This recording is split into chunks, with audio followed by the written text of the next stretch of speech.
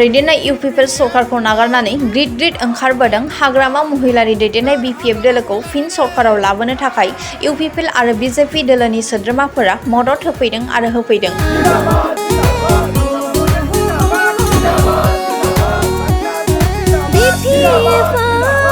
चिरां जिल्लानि 18 नं मानास सेरफां बियाबनि 1 अग्रंआव सा 16 इउपिपिएल आरो बिजेपिनि मावथिफोरा हाग्रामा महिलारि दैदेननाय बिपिएफ दोलोनि आसार खान्थिखौ मोजां मोननानै बिपिएफ दोलोआव जयनिं जाफैयो। निमाय मण्डल 2 नं अग्रं इउपिपिएल बुथ कमिटि प्रेसिडेन्ट, हारिपादा चौधुरी 2 नं अग्रं block UPPL president, Ratneshwar Das 1 नं अग्रं इउपिपिएल बुथ कमिटि प्रेसिडेन्ट, मंगल मजुमदार बिजेपि बुथ कमिटि मेम्बार।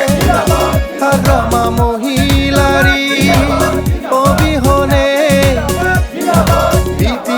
18 नं मानास सेरफां बियाबनि थाइजौबारि प्राइमारिनिफ्राय इउपिपिएलनि मेम्बार आरो बांनाबारि प्राइमारिनिफ्राय गोबां मददगिरिफोरा बिपिएफ दोलोआव जयनिं जाफैनाय नुथाय। फैगौ बिटिसि बिसायख'थियाव बिपिएफ हान्जाखौ सरकाराव लाबोफिननो आरो मानास सेरफां बियाबनि बिजाथि जांगिला हाज'वारिखौ देरहासार खालामनो बिपिएफ दोलोआव ग्रिड मदद होफैनाय नुथाय।